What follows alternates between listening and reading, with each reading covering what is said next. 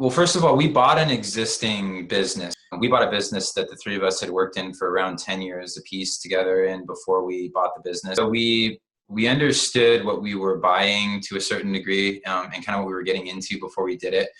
But one of the things that the previous owner didn't do much of was any kind of advertising or outreach. It was entirely word of mouth. And there's something to be said for that, because as much as we put an effort into social media and some of those advertising avenues, word of mouth is still kind of king for us. It definitely has changed form in the last several years. I would still consider social media word of mouth.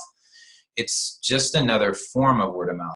And for us, that's been a lot more tangible result and responsive than something like print media, the mailers or those little clipper coupons or something like that. We've tried all of that and gotten zero or close to zero results out of print media. Even just mentions, well, we'd run a print ad and nobody would even mention that they saw it.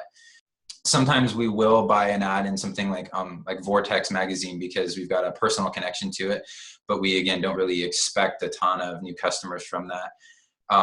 And we do put some feelers out there in some of the avenues that we use for third-party sales. Like reverb.com is kind of like an eBay for musicians, and it's been really good for us. So we'll engage with that community. I've written a few blog posts for them that's driven some traffic, and we'll try and get some new customers that way. But honestly, by and large, the direct word of mouth, musician to musician locally, has probably been the best source for new customers for us. And I'd say 70, 80%, probably more,